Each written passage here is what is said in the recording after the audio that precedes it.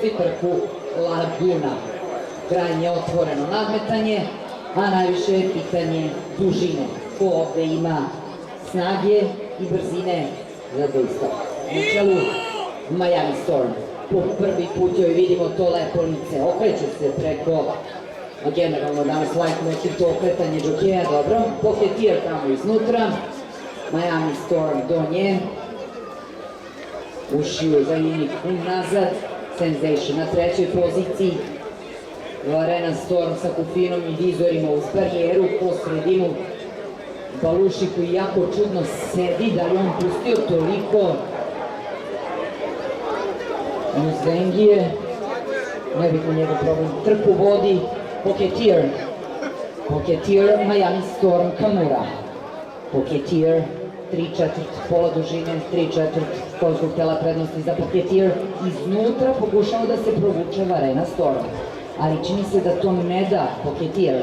S polja Kamura, na četvrto mesto pada Miami Storm, iznutra Tulipo Hair, s leve strane Miami Storm i kao da kreće Gogolac u njenom sedlu Sensation.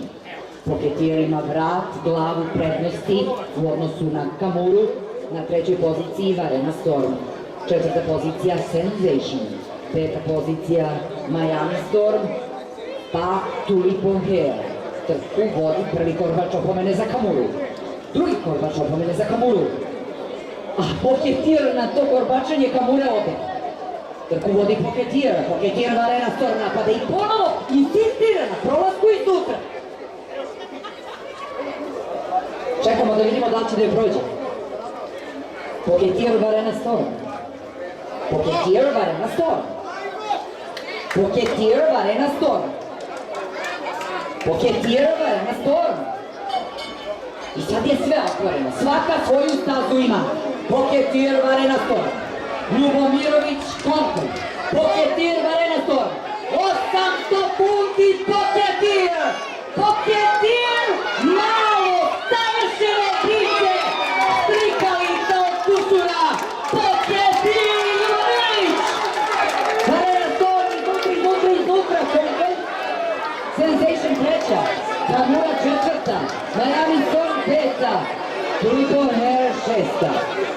Vreme 2 minuta 21 sekunda, manir pobede sigurno 3, dužine 12, dužina 4, dužine Nela Šobota ispred Srpskog galoppskog saveza.